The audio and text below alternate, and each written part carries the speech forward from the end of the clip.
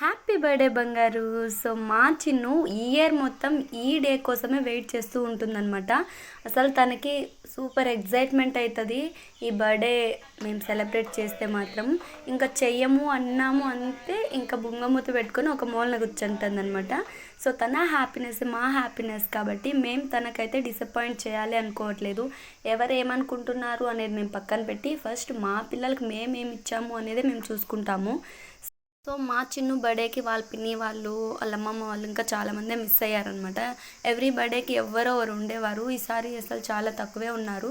కానీ ఉన్న వాళ్ళతోనే అడ్జస్ట్ అయిపోవాలి అనేసి ఇంకా మేము బర్త్డే అయితే ఇలా సెలబ్రేట్ చేసేసాము.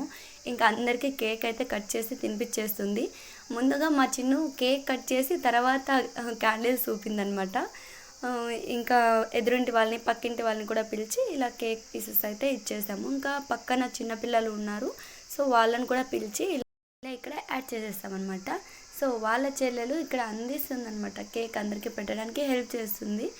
ఇది వీళ్ళ బాండింగ్ అయితే అసలు అర్థమే కాదు, ఎప్పుడు కొట్టుకుంటారో తెలీదు, ఎప్పుడు హ్యాపీగా ఉంటారో కూడా తెలీదు. సో ఒకసారి కేక్ కట్ చేయడం చాలా లేట్ అయింది అనమాట, 9 o'clock అయిపోయింది. అందుకే చాలామంది లేరు. ఈ డెకరేట్ చేయడానికి నాకు అసలు సరిగ్గా రాదు. ఎప్పుడు మా చెల్లి వాళ్ళు వచ్చి హెల్ప్ చేసేవాళ్ళు అనమాట. మనం పిల్లలకి అన్నీ ఇవ్వలేకపోవచ్చు, కానీ వాళ్ళతో ఉంటేనే వాళ్ళకి అదొక హ్యాపీనెస్. మా పాప తన బర్త్డే కోసం చాలా వెయిట్ చేస్తుంది.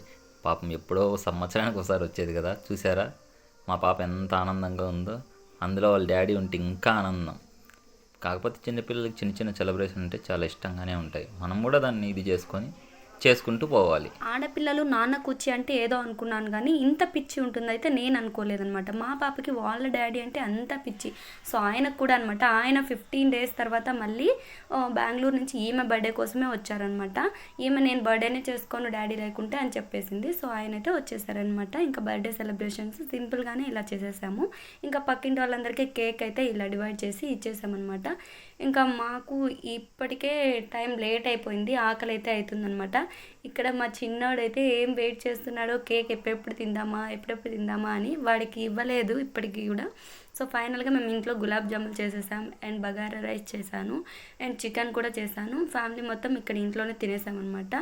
ఇంకా వీళ్ళిద్దరు ముచ్చట్లు పెట్టుకొని ఇలా తినిపించుకుంటూ అప్పటికే 10:30 అయిపోయింది. ఇంకా టైము లేట్ అయిపోయింది అనేసి తినేసి ఇంకా పడుకున్నాము. అనుకునేలేపు అసలు ఇల్లు చూస్తే చెత్తగా అయిపోయిందనమాట. నాకు అలా ఉంటే అస్సలు నిద్రే పట్టదు.